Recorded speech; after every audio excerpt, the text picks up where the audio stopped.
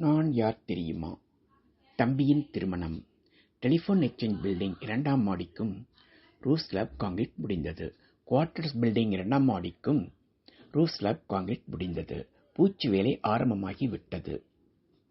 அதனால் இரவு நீண்ட நேரம் வேலை செய்வார்கள். தம்பியும் கண்ணாவும் அன்று காலை வந்திருந்தார்கள். பில்டிங் எல்லாம் பார்த்து பெருமைப்பட்டு கொண்டார்கள். ஜெகநாதருடன் இருவரும் போட்டிங், பார்க் எல்லாம் போய் வந்தார்கள். கண்ணாவுக்கு லூஸ் மோஷன் இருந்ததால் அவனை ஜோஸ்பின் மேரி ஸ்டர்லிங் காட்டை அழைத்துச் சென்றாள். அவனை சுடுதண்ணீரில் குளிக்க வைத்து டீ போட்டு சாப்பிட வைத்தாள். இரவு தூங்கும் முன் தம்பி வீட்டு நிலவரத்தை பற்றி கூறினான். அம்மாவால் வேலை செய்ய முடியவில்லை என்றும் அதனால் கல்யாணத்தை விரைவில் முடித்து வைக்க எண்ணுகிறார்கள் என்றும் கூறினான். எனக்கு தோஷம் இருப்பதால் பெண் அமைய தாமதமாகும் என்றான். அப்போது நான் அவனுக்கு பெண் அமைந்தால் திருமணம் செய்யும்படி கூறினேன். நீண்ட விவாதத்திற்கு பின் சரி என்றான். ஆப்பிள், கமலா, ஆரஞ்சு, பிளம்ஸ், பெரிக்கா போன்ற பழங்களை வாங்கி கொடுத்தேன். அன்று மாலை அவர்கள் இருவரையும் மதுரை பஸ்ஸில் அனுப்பி வைத்தேன்.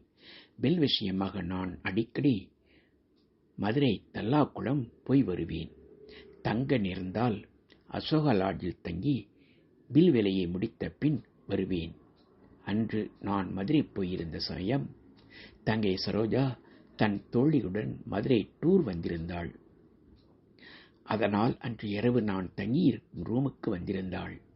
வித்யாசாகரும் நானும் வாசலிலேயே காத்திருந்தோம். சரோஜா தன் தோழியுடன் வந்து உரையாடிவிட்டு உடனே புறப்பட்டு விட்டாள். வித்யாசாகரை மதுரையில் விட்டுவிட்டு நானும் கொடைக்கானல் புறப்பட்டேன். மறுநாள் காலையில் எனக்கு தம்பியிடமிருந்து கடிதம் வந்தது. அவனுக்கு பெண் உள்ளூரிலேயே அமைந்துவிட்டது என்று எழுதியிருந்தான்.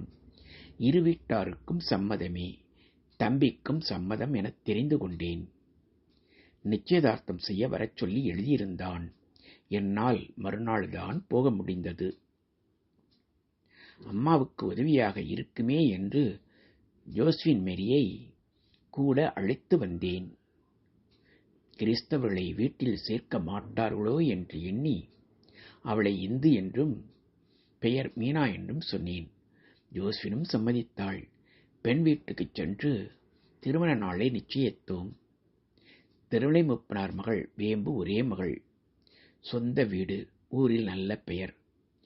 எனக்கும் பிடித்திருந்தது. பாபநாசம் கோயிலை வைத்து திருமணம் செய்ய முடிவு செய்தோம். அப்பா அம்மாவுக்கு ரொம்ப சந்தோஷம். 2 நாள் தான் எனக்கு விடுமுறை. அம்மாவிடம் மீனாவை பற்றியும் அவளிடமுள்ள திறமையை பற்றியும் சொன்னேன். சந்தோஷப்பட்டார்கள். அன்று மாலையே கொடைக்கானல் புறப்பட்டு விட்டேன். இதற்கிடையில் திண்டுக்கல்லில் அதே டிபார்ட்மெண்ட் பில்டிங் வேலை எங்கள் கம்பெனி எடுத்திருந்தது. ராஜேந்திரனின் முதலில் அனுப்பி வைத்தேன். நான் வாரத்தில் 3 நாட்கள் அங்கேயும் 3 நாட்கள் கொடைக்கானலிலும் கவனித்து வந்தேன். அவ்வப்போது மதுரை போய் பில் வேலையையும் கவனித்து வந்தேன். கொடைக்கானல் வேலையை மணி கவனித்து வந்தார். கல்யாண நாள் வந்தது. என்னோடு மைக்கேல், சண்முகம் இருவரும் வந்தார்கள். பாபநாசம் கோயிலில் கல்யாணம் சிறப்பாக நடந்தது. கல்யாணம் முடிந்ததும் மைக்கேல், சண்முகம் இருவரும் கொடைக்கானல் புறப்பட்டு போய்விட்டார்கள். மறுவீடு சடங்குகள் முடிந்ததும் நானும் 2 நாள் கழித்து புறப்பட்டேன். என்னோடு ஜோஸ்பின் என்ற மீனாவும் புறப்பட்டாள். மதுரையில் இரவு கடைசி பஸ் தவறவிட்டதால் அசோகா லாட்ஜில் தங்க வேண்டிய கட்டாயம். வாழ்க்கையில் ஒரு திருப்பு முனை நாள். கொடைக்கானல் வந்ததும் இந்த சம்பவம் விஸ்வரூபம் எடுத்தது. இதற்கிடையில் ஜோஸ்பின் குடும்பம் தங்கள் வீட்டை காலி செய்துவிட்டு வேறு வீட்டுக்கு குடி வந்தார்கள். அந்த வீடு நாங்கள் தங்கியிருந்த ஸ்டர்லிங் காட்டேஜுக்கு அருகில் இருந்தது. 1977 புது வருடம். வழக்கம் போல நண்பர்கள், வேலையாட்கள் தனித்தனியாக வந்து புத்தாண்டு வாழ்த்து சொன்னார்கள். ஜோஸ்பின் தன் தங்கை புஷ்பாவுடன் வந்து வாழ்த்து சொன்னாள். அப்பா, அம்மா, சரோஜா, பாரு, கண்ணா ஆகியோரை பொங்கல் விடுமுறையில் கொடைக்கானல் அழைத்து வந்தேன். ஜோஸ்பின் பாசத்துடன் அனைவரையும் கவனித்தாள். கொடைக்கானலை சுற்றி காட்டினேன். துணைக்கு புஷ்பா வந்திருந்தாள். அனைவருக்கும் மிகவும் சந்தோஷம்.